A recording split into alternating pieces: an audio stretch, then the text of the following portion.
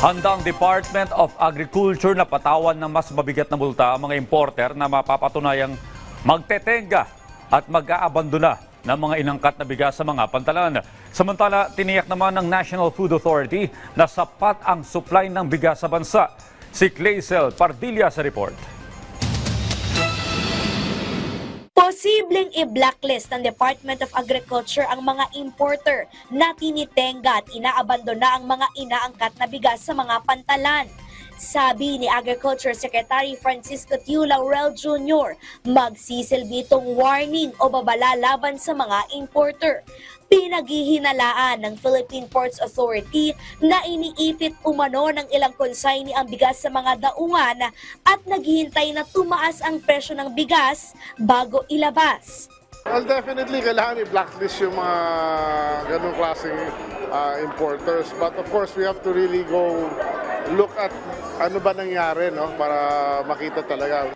Tiniyak ng National Food Authority na may sapat na supply ng bigas sa panahon ng emergency o kalamidad.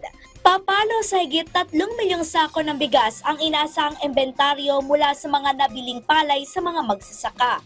Walang pag-aalala, secure na secure tayo.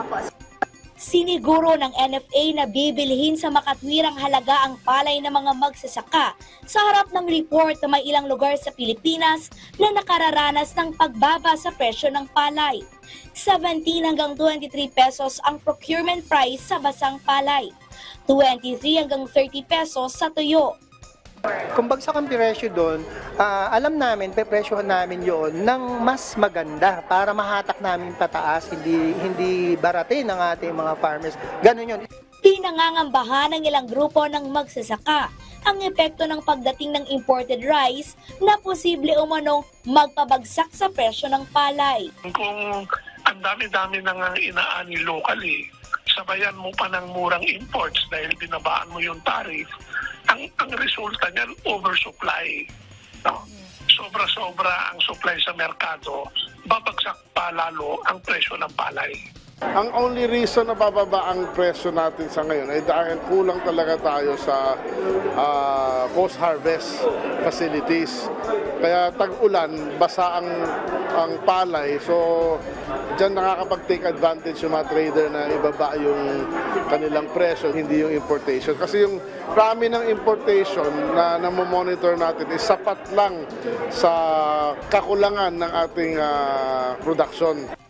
Puspusan ng pamamahagi ng DA ng rice processing facility sa mga farm cooperative, habang libreng ipinahihiram ng NFA ang kanilang drying facility para makapagpatuyo ng palay ang mga magsasaka.